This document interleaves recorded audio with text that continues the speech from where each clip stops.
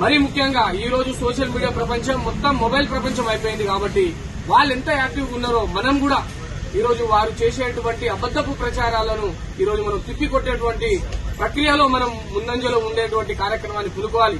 ఈ రోజు రాష్ట్ర ప్రభుత్వం ఏం తక్కువేం చేయలేదు. 200 యూనిట్ల ఉచిత విద్యుత్ ని ఆనాడు జైళ్లలో కేసుల చుట్టూ రైతులను తిప్పినటువంటి చరిత్ర ఆ టీఆర్ఎస్ పాలకులది.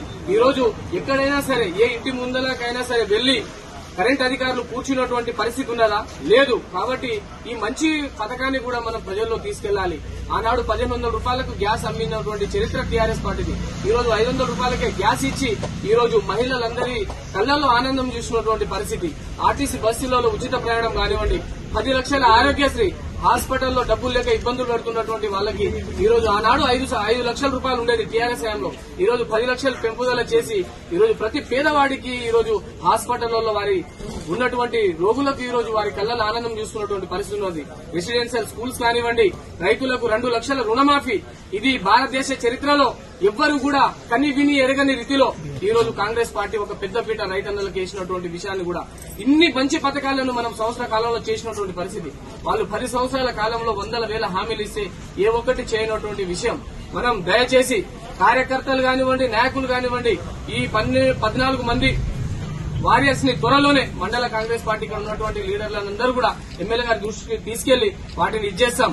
ఎవరన్నా సోషల్ మీడియాలో ఎమ్మెల్యే గారి గురించి గాని, ఎంపీ గారి గురించి గాని, ప్రభుత్వం గురించి గాని ఎవరైనా తప్పుగా మాట్లాడినా కూడా ప్రతిపక్షాలకు చెంప చెల్లుమనేటువంటి వర్డ్స్ ని మనం వాడే విధంగా మీరందరూ కూడా కంకణ బద్దులై ఉండాలి. మీకెటువంటి ఏదన్నా గొడవలకు దారితీసే వ్యవహారాలున్నా, పోలీస్ స్టేషన్ల వ్యవహారాలున్నా, మిగతా ఏ కార్యక్రమాలు ఉన్నా కూడా మీకు కాంగ్రెస్ పార్టీ బీఎల్ఆర్ బ్రదర్స్ అండా ఉంటది. ఎవరు అధైర్యపడాల్సినటువంటి అవసరం లేదు. ఎవరు కూడా భయపడాల్సినటువంటి అవసరం లేదు.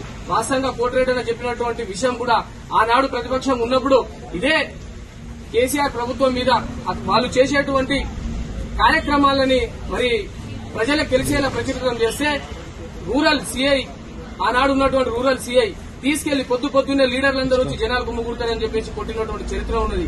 వాస్తవంగా చాలా మంది ఇబ్బంది పడ్డారు.